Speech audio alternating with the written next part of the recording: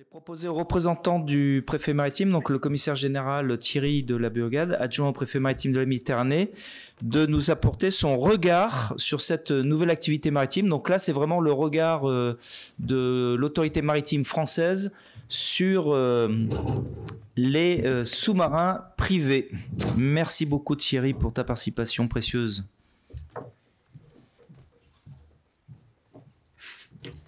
Ce regard du préfet maritime sur cette nouvelle activité maritime a déjà été bien défloré par Thierry Duchesne. Donc je vais essayer d'approfondir juste certains aspects. Puisque ce colloque a pour titre du Nautilus au Titan, j'aimerais revenir à la genèse des 20 milieux sous la mer et à une lettre de George Sand à Jules Verne. J'espère que vous nous conduirez bientôt dans les profondeurs de la mer et que vous ferez voyager vos personnages dans ces appareils de plongeurs que votre science et votre imagination peuvent se permettre de perfectionner. Et Jules Verne de répondre à travers les mots du capitaine Nemo. Ah, vivez, vivez au sein des mers. Là seulement est l'indépendance. Là, je ne reconnais pas de maître. Là, je suis libre. Ce désir de découverte, cette fascination des fonds marins, ce sentiment de liberté que semble offrir la mer est certes à l'origine de travaux de pionniers dans la conquête des fonds marins, mais ces aspirations ne sont plus l'apanage des seuls aventuriers et des scientifiques. Les espaces sous-marins semblent devenir accessibles aujourd'hui au commun des mortels. Si nous nous intéressons à notre milieu, la Méditerranée, depuis les années 70, nous avons la Méditerranée, le bassin méditerranéen, a connu une formidable expansion démographique. À l'image de cet accroissement, les activités maritimes n'ont également cessé de croître et de se diversifier. Cela suppose derrière, au large des côtes des États côtiers, une conciliation des usages qui doit se traduire par une réglementation. C'est bien le travail, enfin, une des capacités de ce préfet maritime que d'assurer cette conciliation. La Méditerranée est un espace propice à ces activités émergentes, mais pour quelle demande? Donc depuis quelques années, les sous-marins privés fascinent, qu'ils soient utilisés à des fins purement personnelles ou dans le cadre d'un tourisme de luxe.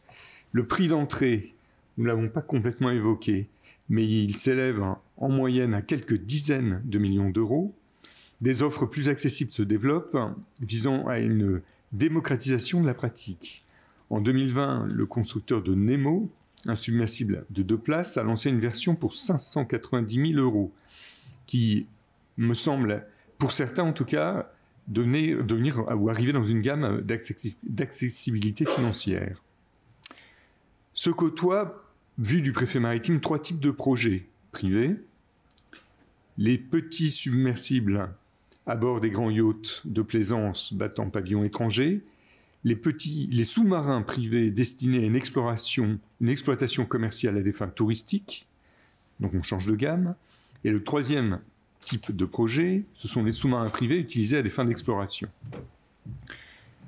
Le développement des demandes de mise en œuvre de sous-marins et de submersibles privés en Méditerranée a conduit le préfet maritime, Thierry Duchesne l'a rappelé tout à l'heure, à réglementer cette activité pour répondre aux enjeux de conciliation, à travers 3 axes: la sécurité, la souveraineté, la protection de l'environnement.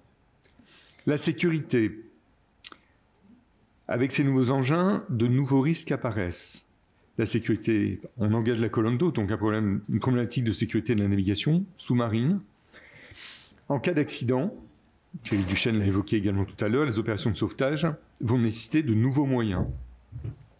Sur le volet de la souveraineté, évidemment, l'utilisation à des fins militaires de sous-marins civils, notamment via des opérations spéciales ou de renseignement, est tout à fait possible. Par ailleurs, une action contre des infrastructures immergées peut être envisagée. Enfin, on aura, puisqu'on a le directeur du DRASM dans la salle, une problématique de souveraineté en termes de protection des biens culturels maritimes. Le dernier point, c'est la protection de l'environnement. La Méditerranée possède de nombreux trésors. Ce patrimoine ne peut pas être victime de pillage. L'atteinte à l'environnement, le dérangement de la faune et de la flore doit donc être préservé.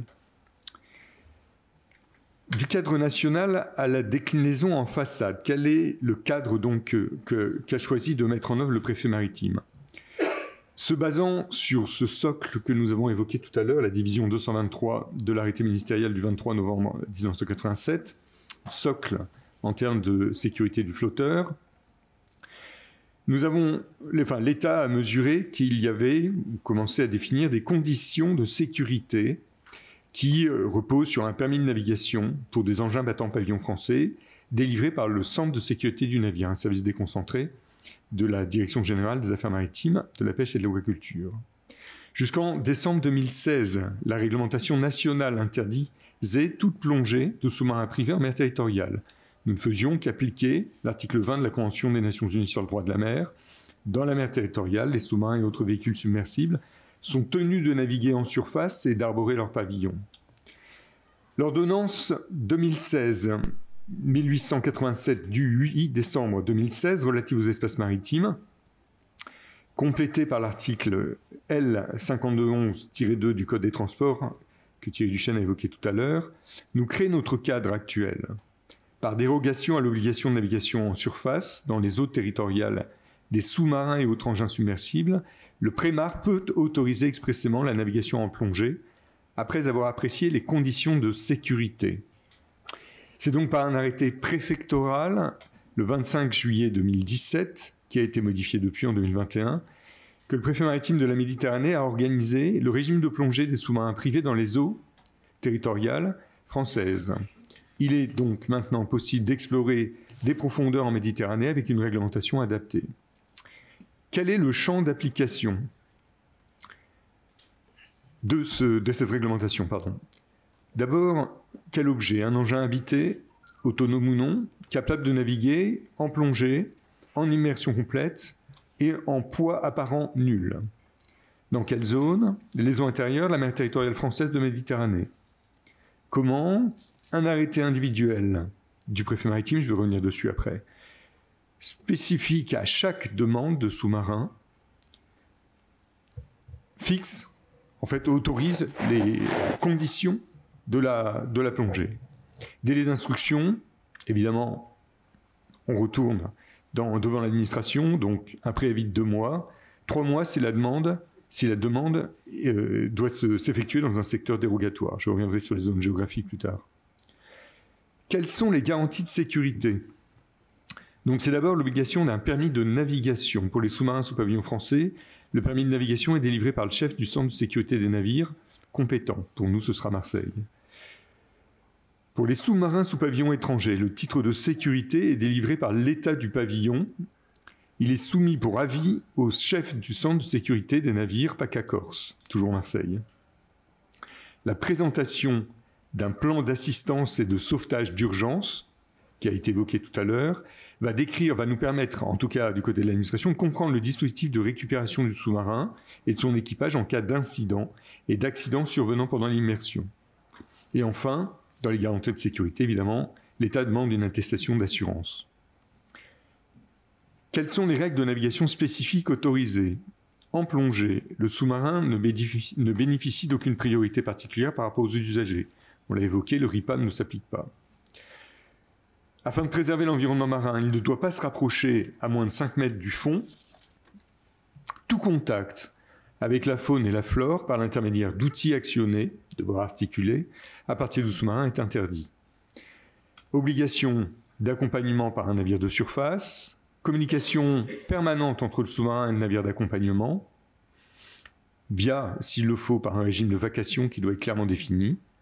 Vous savez que communiquer à travers l'eau n'est pas toujours facile. Le navire d'accompagnement doit être capable en permanence de localiser le sous-marin, afin notamment de pouvoir mener une opération de sauvetage dans les meilleurs délais. Enfin, la réglementation impose une qualification du pilote, et notamment une formation, à travers une formation qui a été reconnue par l'Institut national de la plongée professionnelle. Quelles sont les zones d'évolution? Thierry Duchesne les a évoquées tout à l'heure. 11 sites de plongée ont été autorisés au large des côtes méditerranéennes françaises. Elles sont toutes situées dans le département du Var. Dans des profondeurs qui oscillent entre 18 et 60 mètres, les plongeurs de la salle reconnaîtront les sites emblématiques que sont le Grec, le Rubis, le Donator, ou la pyramide des Sardinos. Je ne vais pas entrer sur les 11 sites. Ces sites sont divisés en 2 catégories.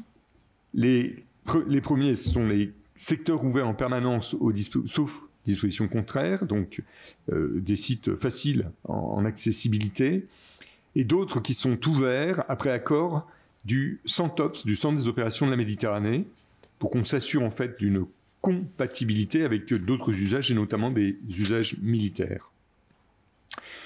La possibilité de demande de dérogation pour une plongée sur un autre site figure dans l'arrêté préfectoral. Donc c'est l'avantage de notre régime juridique français de droit administratif qui fait qu'on doit toujours prévoir une dérogation, sinon le Conseil d'État annule tout. Les sanctions, en cas de non-respect de ces obligations, elles sont lourdes. 1 an de prison, 150 000 € d'amende. Quel régime en dehors des eaux intérieures de la mer territoriale française de Méditerranée? Thierry Duchesne l'a évoqué tout à l'heure. Nous n'avons pas vraiment de réglementation spécifique pour la plongée des sous-marins privés dans les eaux internationales, selon la Convention des Nations Unies sur le droit de la mer. Toutefois, quelques éléments nous permettent quand même d'encadrer l'exercice dans certaines des zones au large des côtes françaises, au-delà de la mer territoriale. D'abord, évidemment, notre régime sur la division 223 sur la sécurité des flotteurs, mais également le fait qu'il y ait un zonex, donc une zone d'exercice nationale reconnue, déclarée au large de notre mer territoriale, fait que le préfet maritime réclame une notification avant toute plongée.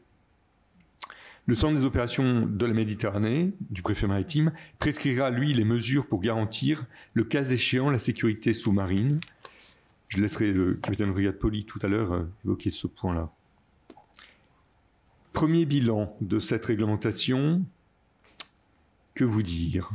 Très peu de demandes ont été reçues conformément à prescription de l'arrêté préfectoral.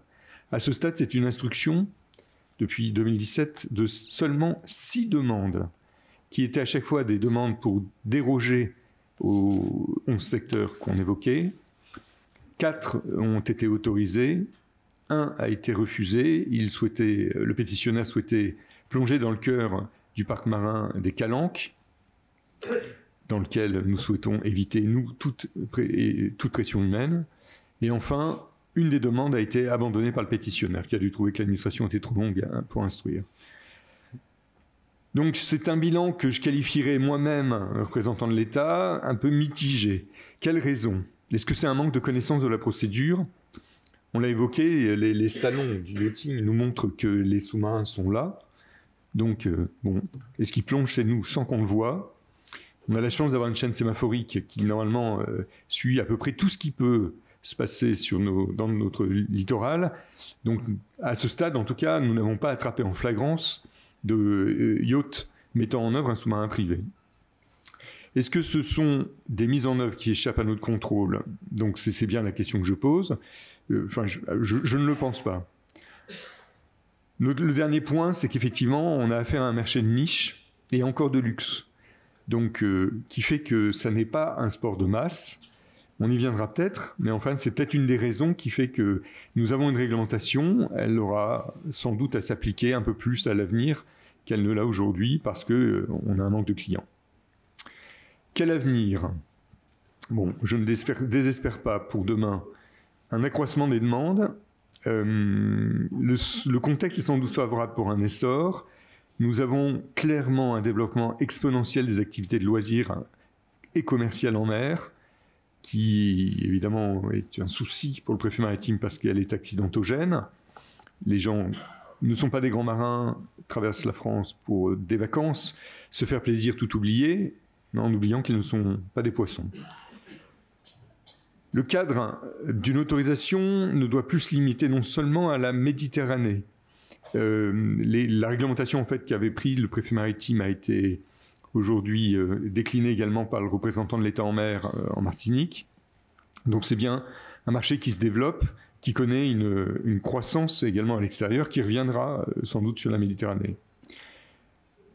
La perspective est favorable également à travers la baisse du coût d'acquisition, du maintien en condition opérationnelle de ces engins.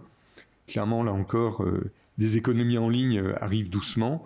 Donc il n'est pas impossible que, grâce à cette accessibilité financière, effectivement, la fréquentation augmente. Enfin, il y a également une augmentation du nombre de pilotes qualifiés. L'INPP continue à produire ce type d'agents. Donc c'est en augmentant également la capacité de pilotage de ces sous-marins que la filière pourra sans doute continuer à se développer. Les accidents, les incidents, eux, sont toujours à prévoir. Sans doute un effet titan. Je sais que mon voisin vous reparlera de tout ça dans la suite de ce colloque. D'où la nécessité d'avoir un encadrement strict de ces pratiques et la vigilance que la préfecture maritime peut porter à ce type d'activité. Très bien, merci beaucoup.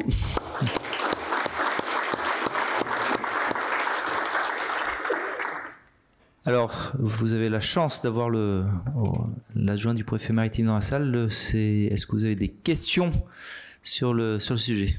Vas-y. Le micro arrive.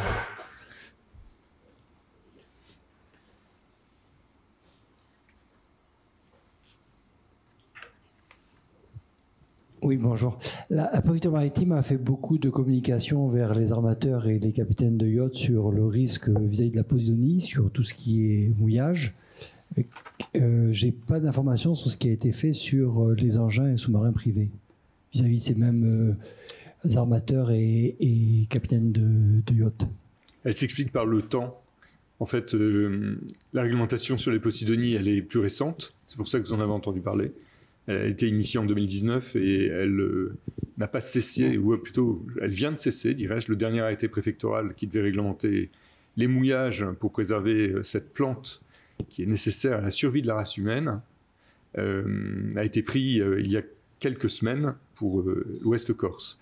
Donc c'est juste un problème de chronologie, mais vous avez raison, ça veut sans doute dire que la communication en fait avait été faite en 2017, ça date un peu et ça mérite sans doute qu'on reprenne un petit effort de vulgarisation de ce qui peut être, de ce qui s'impose, j'allais dire, à l'usager. Merci. Bonjour. Oui, ça fonctionne.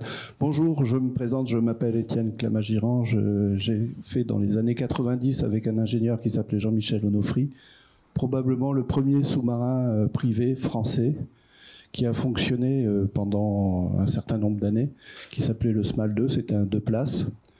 Donc on a dû défricher pendant un certain temps, effectivement, toute la législation tournant autour des sous-marins. Il n'y en avait pas à l'époque. Il y avait la législation pour les sous-marins industriels et les sous-marins militaires, bien évidemment. Donc on avait calqué les caractéristiques des sous-marins industriels sur ce premier sous-marin. On en a fait 5 en tout, dont un qui tourne peut-être encore à l'île Maurice. Ouais. Donc c'était dans les années 90-91. Il y avait des réunions à l'INPP justement pour pouvoir définir ce que devait être un pilote privé de sous-marin. Et l'idée c'était de faire ces petits sous-marins, les premiers qui faisaient que 2 places, pesaient 2,6 tonnes et devaient tourner sur des fonds inférieurs à 50 mètres de manière à ce que les plongeurs puissent intervenir en cas de problème. Il n'y a jamais eu de problème.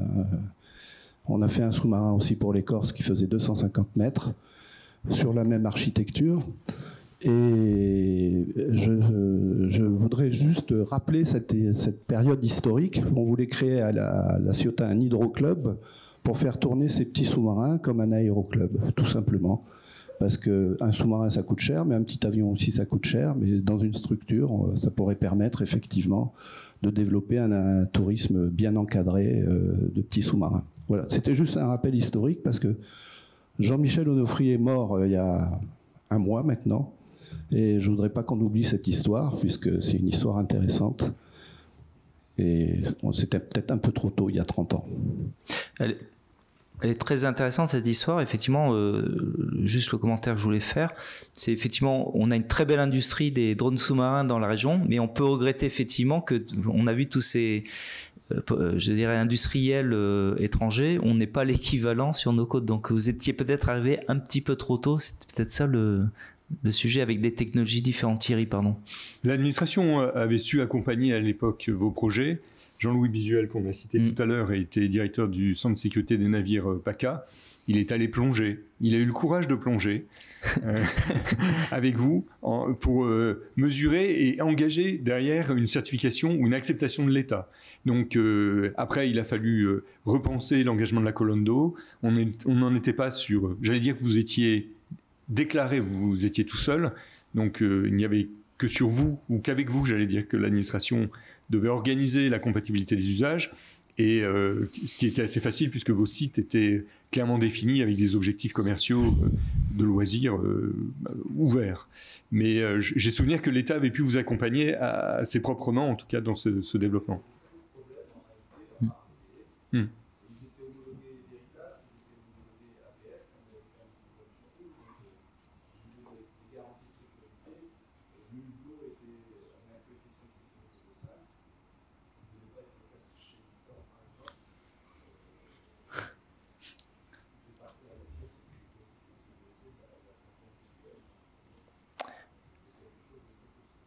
Merci, je vais veiller au temps. Kimera, il y a une question.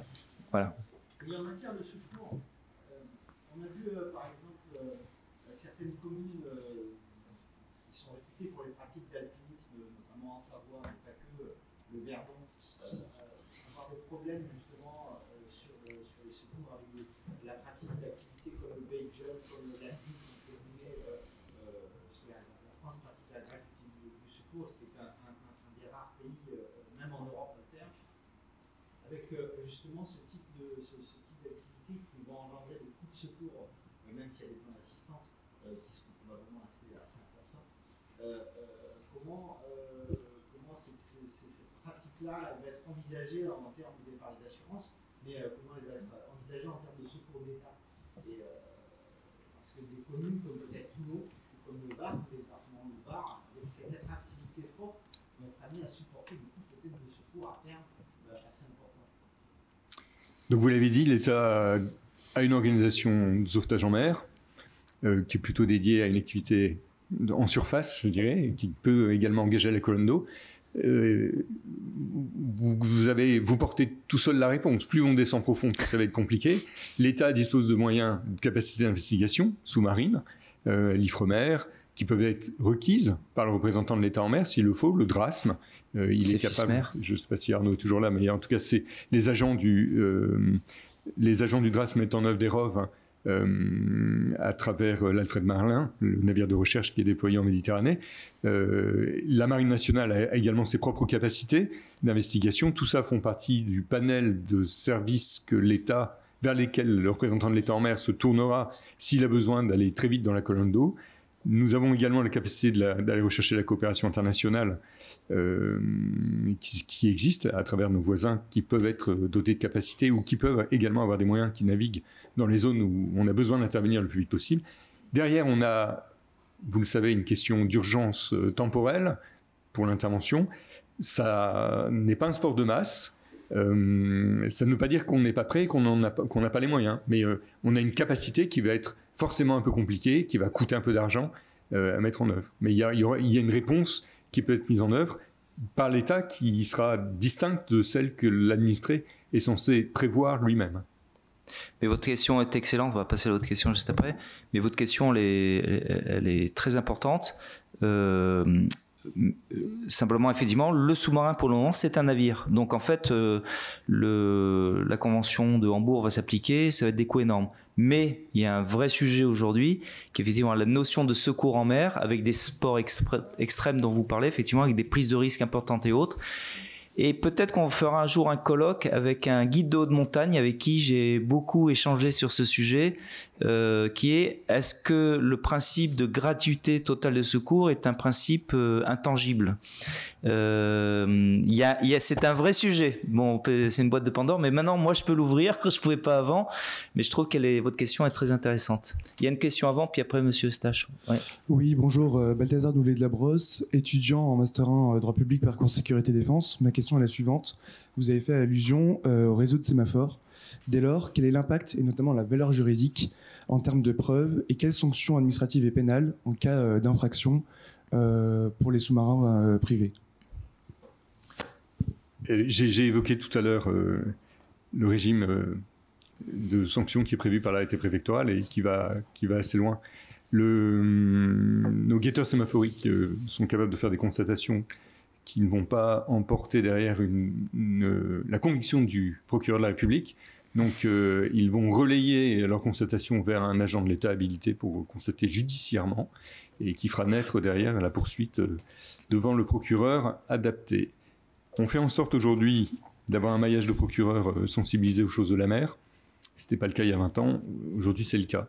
Donc, on a cette chance d'avoir des juridictions littorales spécialisées, un tribunal maritime à l'échelle de la façade, des magistrats qui sont complètement conscients des problématiques maritimes à travers des formations professionnelles et qui font que en plus, le préfet maritime entretient une relation directe et personnelle avec tous ces magistrats pour être sûr qu'ils accompagnent l'action administrative. C'est une des forces françaises d'avoir un représentant de l'État en mer qui réglemente et derrière d'avoir une justice qui est indépendante, mais qui est très très proche. Et nous avons une capacité de continuité entre l'action de la police administrative et la police judiciaire pour aboutir à des sanctions définitives dures dans l'application d'une politique, ce que d'autres États comme les États-Unis ne savent pas faire aussi bien que nous. Dernière intervention.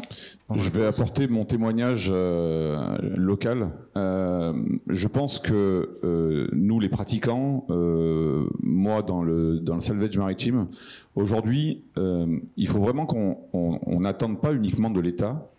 Il faut qu'on aille vers les représentants de l'État pour leur apporter des solutions. Ces représentants de l'État, moi je le vis au quotidien et je le vis depuis quelques années et je remercie ces représentants-là parce qu'ils sont à l'écoute aujourd'hui. Moi je me rappelle de très grandes missions sur des recherches de disparus, notamment en plongée, où l'État, notamment local, n'a pas hésité à nous solliciter à 11h un jour parce qu'on avait des moyens, nous emmener sur l'eau et permettre de récupérer ce disparu, malheureusement décédé dans des brefs délais. Donc aujourd'hui, il y a quelque chose qui se fait, qui ne se faisait pas forcément avant, des échanges, et moi je peux en témoigner, et des échanges dans le bien de la préservation de la vie humaine, notamment dans le milieu de la Méditerranée. Et aujourd'hui, moi j'invite tous les acteurs à se rapprocher des services de l'État. Les services de l'État sont à l'écoute, notent ce qu'on leur apporte, et ça avance beaucoup plus vite qu'il y a ne serait-ce que 5 ans en arrière. Et ça, à un moment donné, il faut aussi savoir le souligner. Juste le complément je ferai, mais vous avez tout à fait raison, mais regardez le remorqueur Abeille Méditerranée, c'est bien un service privé utilisé par l'État. Donc dans le secours, l'assistance, rien n'interdit qu'on s'appuie sur le secteur privé pour remplir une mission, je dirais, de service public. Donc on peut très bien imaginer, mais là c'est le colloque, il est ouvert et autres.